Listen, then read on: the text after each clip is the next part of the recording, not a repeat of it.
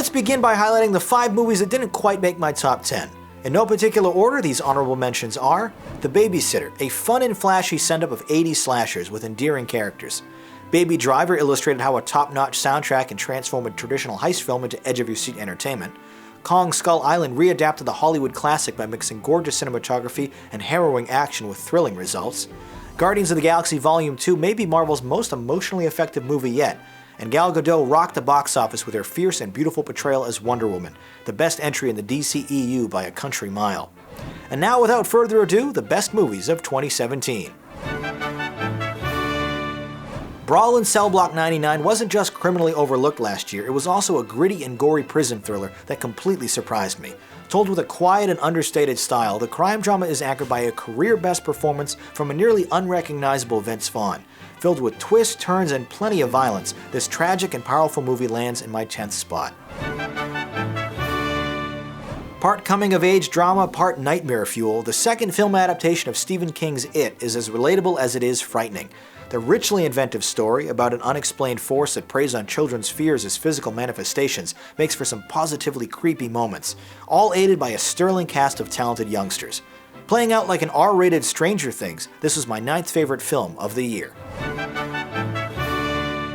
When it comes to animation, this is Pixar's world and we're all just living in it. Coco isn't just a vibrant and respectful celebration of Mexican culture, it's also a wonderfully unique and colorful adventure that all ages will enjoy. A fast-moving story that reaffirms the importance of family and following your dreams. It's hard to leave this film without an optimistic smile on your face. I'm ranking it 8th. My 7th favorite film of the year happens to be the 9th in its impossibly long-running franchise about talking animals, War for the Planet of the Apes. From the astonishingly exciting battle sequences to the flawless visual effects, it's the incredible performances from Andy Serkis and Woody Harrelson that put this picture over the top. A triumphant conclusion to the 21st century reboot trilogy.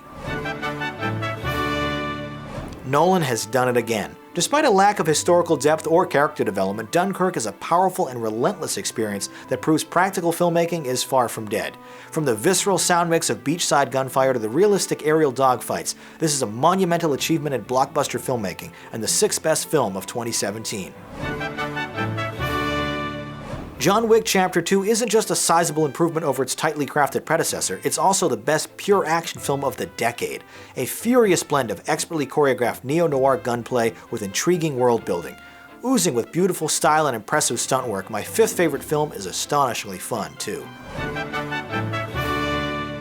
At number 4 is Star Wars: The Last Jedi. While many fanboys were overly critical of the latest installment in the epic space fantasy series, I absolutely adored the direction and risks this picture took. Funny, introspective, and even awe-inspiring, not even a few plot holes or an extraneous side quest deterred my feverish enjoyment. A complex, beautifully filmed, and satisfying adventure. This is an amazing film. Hugh Jackman anchors the excitement in my bronze medal winner. The directorial debut from Michael Gracey is a dazzling onslaught of old-fashioned cinema and a clear affront to stale historical biopics. With beautiful music, defiant anthems, and colorful set pieces, this is the type of big, fun, lavish Hollywood musical we haven't seen since Chicago. Serving as both a powerful tribute and a bittersweet memorial to a bygone era, The Greatest Showman is feel-good, happiness-affirming cinema at its purest. I thought it was amazing. My runner-up is Get Out. This fantastically inventive and provocative psychological horror film from first-time director Jordan Peele challenged my perceptions of what a horror film was capable of. A unique experience with truly unexpected twists. It's the perfectly nuanced performances, evocative commentary, and visceral scares that really elevate this thriller to captivating heights. And finally, the number 1 movie is The Disaster Artist. When paying tribute to bad cinema, only a like-minded auteur could truly capture the chaotic brilliance of this plot.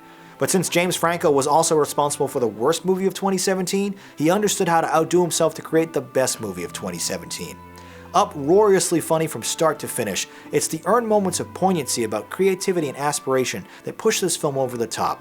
An unbelievable true story about the pitfalls and possibility of unrestrained ambition, The Disaster Artist is an inspiring, hilarious, and heartfelt biopic. An absolute must-watch for all filmmakers and artists. This was my favorite movie of the entire year.